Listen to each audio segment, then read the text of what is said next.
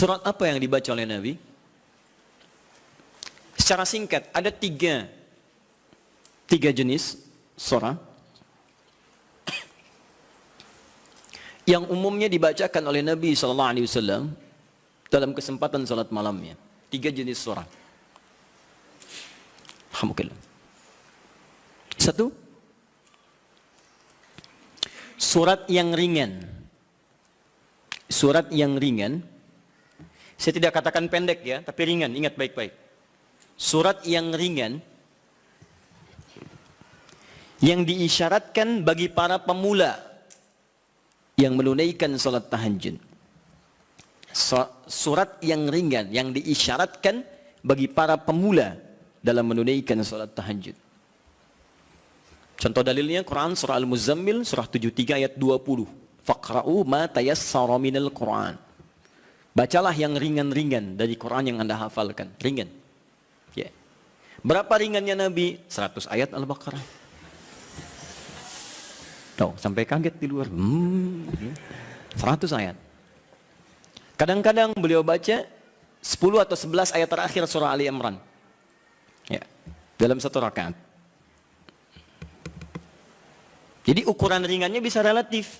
Ya, ringan bagi Nabi, belum tentu ringan bagi kita. Tapi prinsipnya cari yang ringan. Misal begini, tadi kan maaf ya, ibu bapak, Nabi kan tadi pernah salat di belakangnya ada sahabat kecil namanya siapa? Masih ingat? Ibnu Abbas. Itu kan masih kecil, balik aja belum. Ya, mau dinaikkan surat yang panjang susah. Makanya dibaca yang ringan. Pada saat itu riwayat yang muncul ketika salat di belakangnya Ibnu Abbas itu Ali Imran 10 ayat terakhir.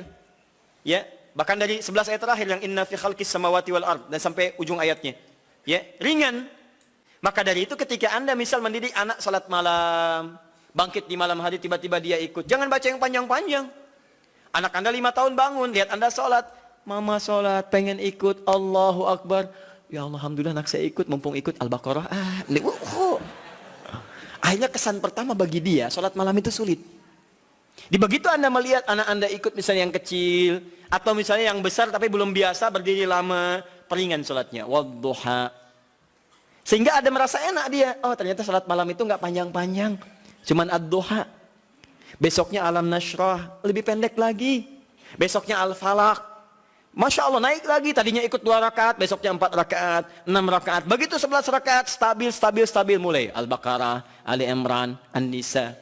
Kalau dia akan bertanya. Mah bosan kok ad-duha terus. Cari yang lain dong. Anda naikkan. Al-Baqarah ya. Nggak apa-apa. Bismillah, naik, dan itu indah. Itu indah, paham ya? 2. Sudah? Surah yang tersusun dalam Al-Quran, surah-surah yang tersusun dalam Al-Quran, secara tertib, dengan tujuan mengulang yang dihafal atau memperbanyak yang dibaca. Dengan tujuan mengulang yang dihafal atau memperbanyak yang dibaca.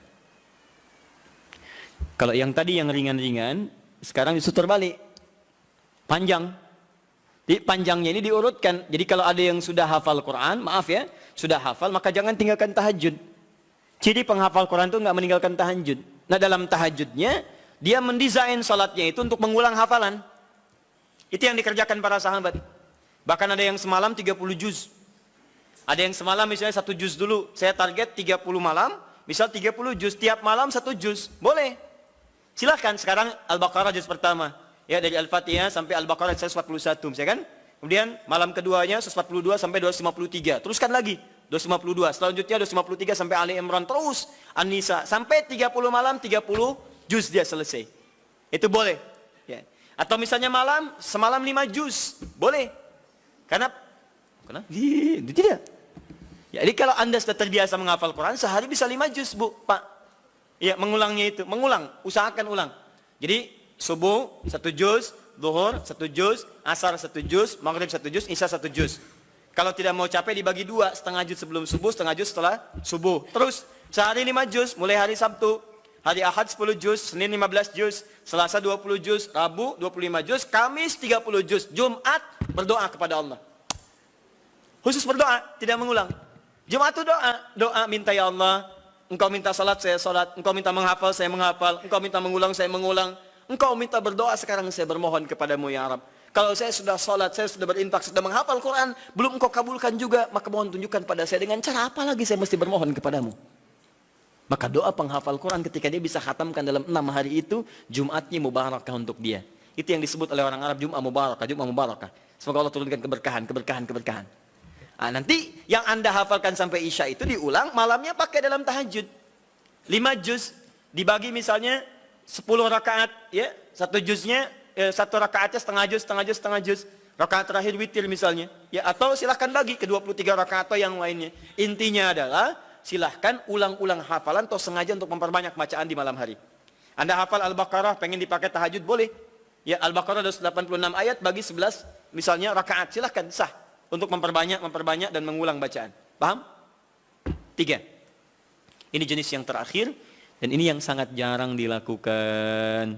Padahal Nabi itu banyak disebutkan dalam riwayat sering mencontohkan ini. Memilih surah-surah yang sesuai dengan keperluan Anda. Kebutuhan Anda. Memilih surah-surah yang sesuai dengan kebutuhan Anda. Keperluan Anda.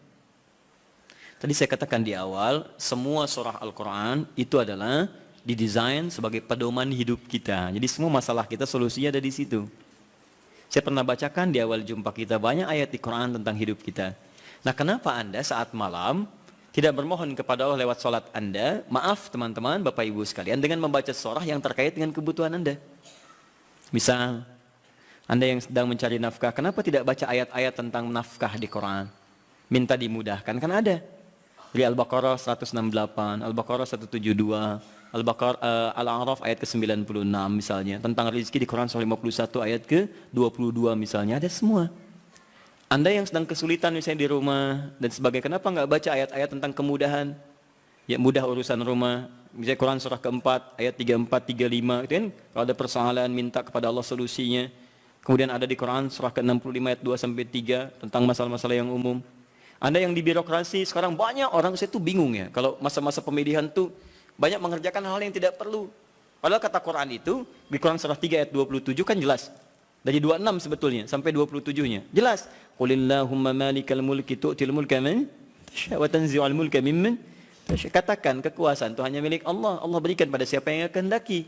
Jadi kalau ada orang baik diberikan supaya kebaikannya menyebar pada rakyatnya. Kalau ada orang jelek kemudian dia bisa naik, untuk ditunjukkan ada yang salah di tempat itu harus diperbaiki. Supaya dia bisa diganti dengan yang lebih baik.